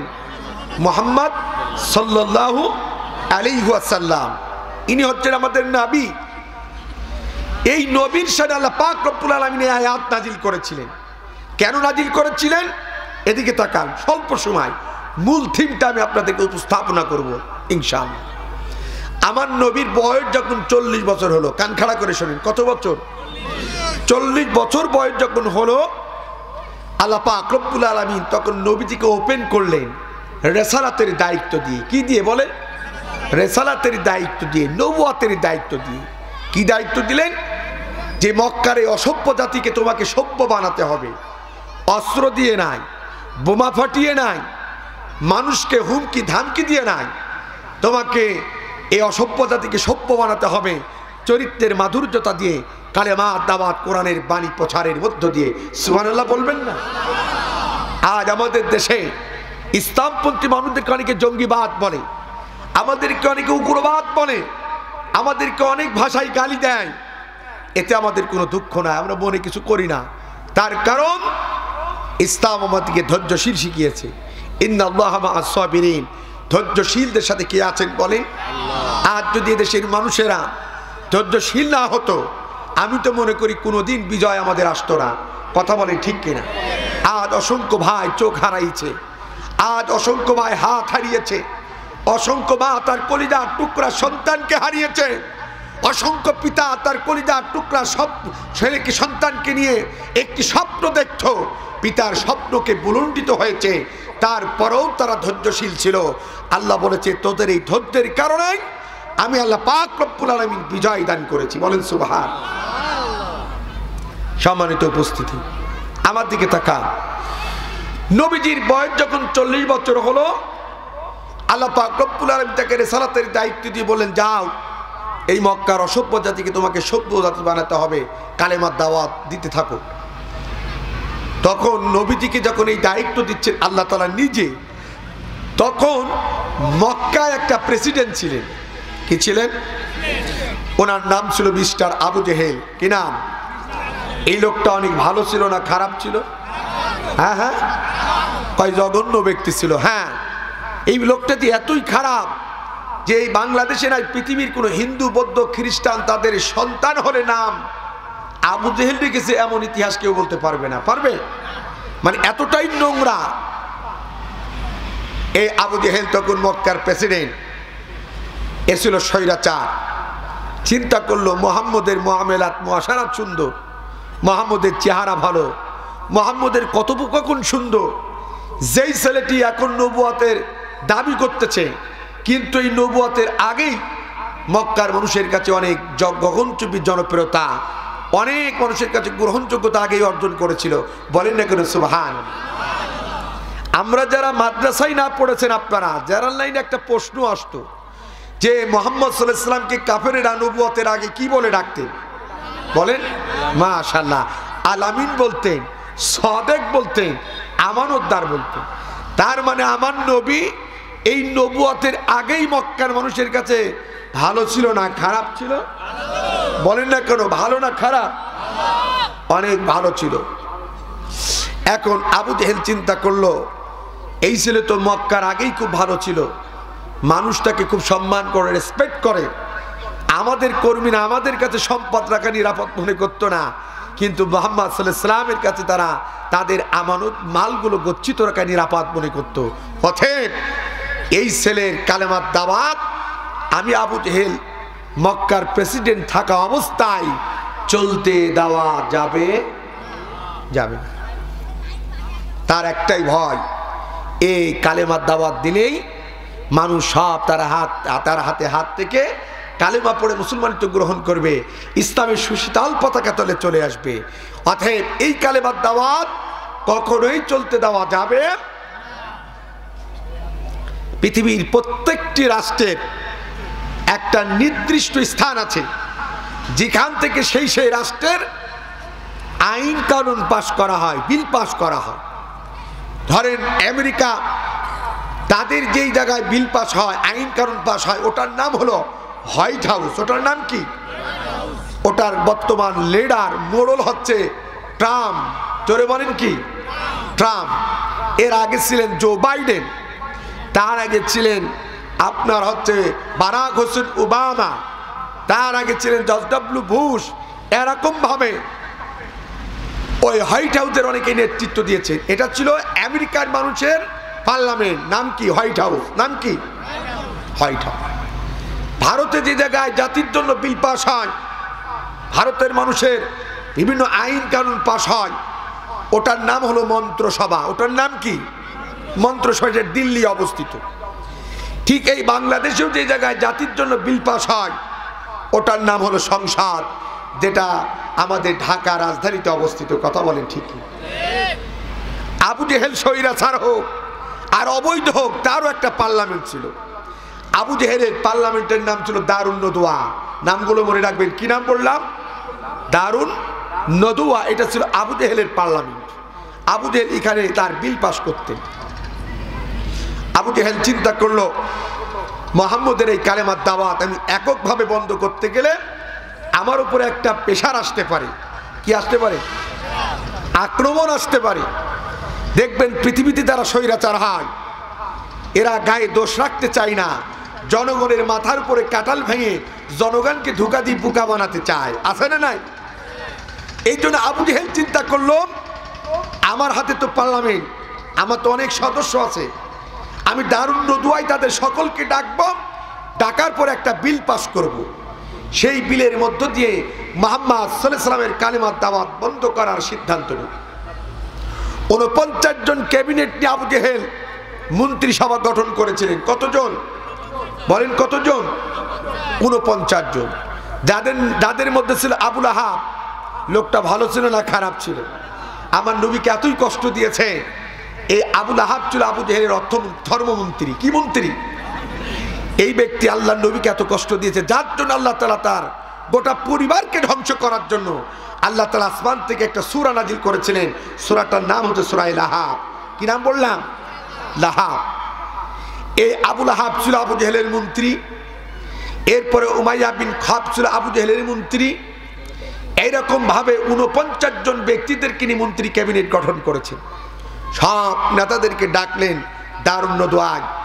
এবার আবু জেহেল জিজ্ঞাসা করছে, শোনো, তোমাদের বাপ দাদার ধর্মে চুনকালি লাগায়া আব্দুল্লাহর বেটা মুহাম্মদ সাল্লাল্লাহু আলাইহি ওয়াসাল্লাম একটি নতুন ধর্ম প্রচার করে মক্কার নেতা হতে চায়, আর ও যদি এই মিশনে আর ভীষণে যদি সাকসেসফুল হয়ে যায়, আমি আবু জেহেলের তো গদি থাকবেই না, পাশাপাশি তোমাদের মন্ত্রিত্বও থাকবে না। বলেন, পৃথিবীতে কেউ কি গদি ছাড়তে চায়? কেউ কি হারাতে চায়? আমরা পৃথিবীতে এমনও রাষ্ট্র দেখেছি, হাজারো লোক ধিক্কার দিলে, জুতা মিছিল করলেও, ঝাড়ু মিছিল করলেও স্বৈরাচার যারা হয় আর তাদের উত্তরসূরি যারা হয়, এরা সহজে গদি ছাড়তে, জোরে বলেন না কেন, চাই না। আবু জেহেল তার যতগুলো মন্ত্রী ক্যাবিনেটের সদস্য ছিল তারা বললেন, মাননীয় প্রাইম মিনিস্টার, মুহাম্মদের এই কালেমার দাওয়াত বন্ধ করার জন্য কি করা দরকার বলেন। বলছে, তাহলে তোমরা পরামর্শ দাও। কি দাও? পরামর্শ দাও। পরামর্শ দিলেন 3টি। জোরে বলেন কয়টি? এই সেই কথাটা সূরা আনফাল 30 নম্বর আয়াতের মধ্যে আল্লাহ তাআলা কোট করে দিলেন। আজও সেই আয়াতটা কোরআনের মধ্যে স্পষ্টভাবে জ্বলজ্বল করছে। সেদিন আবু জেহেল এবং তার মন্ত্রী পরিষদে তার নেতাগুতারা দারুন নদওয়ায় বসে আল্লাহর নবী এই কালেমার দাওয়াত বন্ধ করার জন্য কি কি সিদ্ধান্ত নিল জানা দরকার। আছে না? 1 নম্বর, লিইসবিতুকা, আল্লাহর নবীর এই কালেমার দাওয়াত বন্ধ করার জন্য আবু জেহেল 1 নম্বর সিদ্ধান্ত নিয়েছিল, মুহাম্মদকে গ্রেফতার করতে হবে। জোরে বলে, কি করতে হবে? বন্দী করতে হবে, গ্রেফতার করতে। আরবি ভাষা লিইসবিতুকা শব্দের অর্থ হলো গ্রেফতার করা। 2 নম্বর, আও ইয়াকতুলুকা, কতালা শব্দের অর্থ হলো হত্যা করা। জোরে বলেন, কি করা? বলে না তোরে কতল করে দেব, হত্যা করে ফেলবো। আও ইয়াকতুলুকা, 2 নম্বর সিদ্ধান্ত হচ্ছে মুহাম্মদকে দুনিয়া থেকে চিরতরে সরিয়ে দিতে হবে। জোরে বলেন, কি করে দিতে হবে? সরিয়ে দিতে হবে। 3 নম্বর, আও ইখরিজুকা, খরাজা শব্দের অর্থ বের করে দেওয়া। বলে না ভাই আমার জমিটা খারিজ করে দাও, বের করে দাও। কি করে দাও? বের করে দাও। খরাজা শব্দের অর্থ হলো বের করে দেওয়া। 3 নম্বর, আল্লাহর নবীর এই কালেমার দাওয়াত বন্ধ করার জন্য তারা সিদ্ধান্ত নিল, আও ইখরিজুকা, মুহাম্মদকে নাগরিকত্ব ক্যান্সেল করে এই মক্কা থেকে তাকে চিরতরে বিতাড়িত করে দিতে হবে। এবার বলেন, নবীজি দাওয়াত দিতেন কার? একটু বলেন না কেন কার? আল্লাহ বলছে, বন্ধুরে, ইন্নাদ দীনা ইনদাল্লাহিল ইসলাম, এই পৃথিবীতে যত ধর্ম আছে সব মানুষের বানানো, একটি মাত্র ধর্ম হলো আমি রবের পক্ষ থেকে মনোনীত। Islam is the complete code of life. Islam একটি পূর্ণাঙ্গ জীবন ব্যবস্থার নাম। সেই ধর্মের ধারক এবং বাহক হিসাবে আমি আল্লাহ তোমাকে দুনিয়ার মধ্যে সিলেক্টেড করেছি। নির্বাচিত করেছি, মনোনীত করেছি। আর সেই দায়িত্ব পালন করতে গিয়ে মক্কার আবু জেহেল আর তার উত্তরসূরিরা দারুণ নদুয়াই বসে তোমার বিরুদ্ধে 3টা ষড়যন্ত্র করেছে বা 3টা ষড়যন্ত্র করছে। আর আমি আল্লাহ তাআলা দুনিয়ার মধ্যে চেয়ে চেয়ে বসে থাকবে, এটা হতে পারে না। আল্লাহ রাব্বুল আলামিন এই আয়াতের শেষের দিকে নবীজিকে সান্ত্বনার বাণী দিচ্ছেন, ওয়ায়ামকুরুনা ওয়ায়ামকুরুল্লাহ ওয়াল্লাহু খায়রুল মাকিরিন। বন্ধুরে, ওরা যত ষড়যন্ত্রই করুক না কেন, আপনার বিরুদ্ধে যত আইন পাশ করুক না কেন, ওদের সব ষড়যন্ত্র জাল আমি আল্লাহ তাআলা দুনিয়ার মধ্যে নস্যাৎ করে দেব। সুবহানাল্লাহ বলেন। ভাইরা আমার দিকে তাকান, কষ্ট হচ্ছে? আল্লাহ নবীর বিরুদ্ধে আইন পাশ হয়ে গেল কয়টা? মেজরিটি পাচ্ছেন যেহেতু সব স্বৈরাচারের পক্ষে। স্পিকার বলছে কারা কারা আইনের পক্ষে, সব হাত তুললেন। তখন স্পিকার সাহেব বলছেন হা জয়যুক্ত হয়েছে, হা জয়যুক্ত হয়েছে, হা জয়যুক্ত হয়েছে। এটা হলো স্বৈরাচারদের একটা পদ্ধতি। কোনো কিছু করার আগে তারা নিজের মতন করে আইন পাশ করে নেয়। কথা বলেন ঠিক না বেঠিক? আবু জেহেল করে নিলেন নিজের মতন করে বিল পাস। মুহাম্মদ সাল্লাল্লাহু আলাইহি ওয়াসাল্লামের কালেমা দাঁত বন্ধ করার জন্য কয়টা? কথা বলেন। আমার নবীর কি তখন কোনো অপরাধ ছিল? আমার নবীকে মক্কায় কারো সম্পদ জোর করে লুণ্ঠন করেছিল? কারোর বাড়ি থেকে অগ্নিসংযোগ করেছিল? কারোর মেয়েকে কি ধর্ষণ করেছিল? না, একটাই অপরাধ। আল্লাহ রাব্বুল আলামিন তাকে রিসালাতের দায়িত্ব দিয়েছে, নবুয়তের দায়িত্ব দিয়েছে। বলেন, আল্লাহ যদি কোনো নবীদেরকে আদেশ করে সেখানে অলসতা বা সেখানে আইগুই করার বা আমতামতা করার কোনো সুযোগ আছে? আছে? আমরা করতে পারি, কিন্তু নবীরা তো করতে পারে। আমরা তো অনেক সময় করি কি করি না? অলসতা করি না আমরা? ভাইরা আমার, বিল পাস হয়ে গেল নবীজির বিরুদ্ধে। সংক্ষিপ্ত কথা কয়টা? 3টা। আল্লাহ নবী বিশ্ব নবী সাল্লাল্লাহু আলাইহি সাল্লামকে প্রথম বছর তারা নবীজিকে নিয়ে এসে নজরবন্দি করলেন। কি বন্দি? ইতিহাস সাক্ষী। কি বন্দি? নজরবন্দি মানে কি জানেন? আমার হুজুর এই যে হাফেজ মাওলানা মোস্তফা কামাল সাহেব, ইনার একটা জনপ্রিয়তা আছে, ইনার মতদর্শ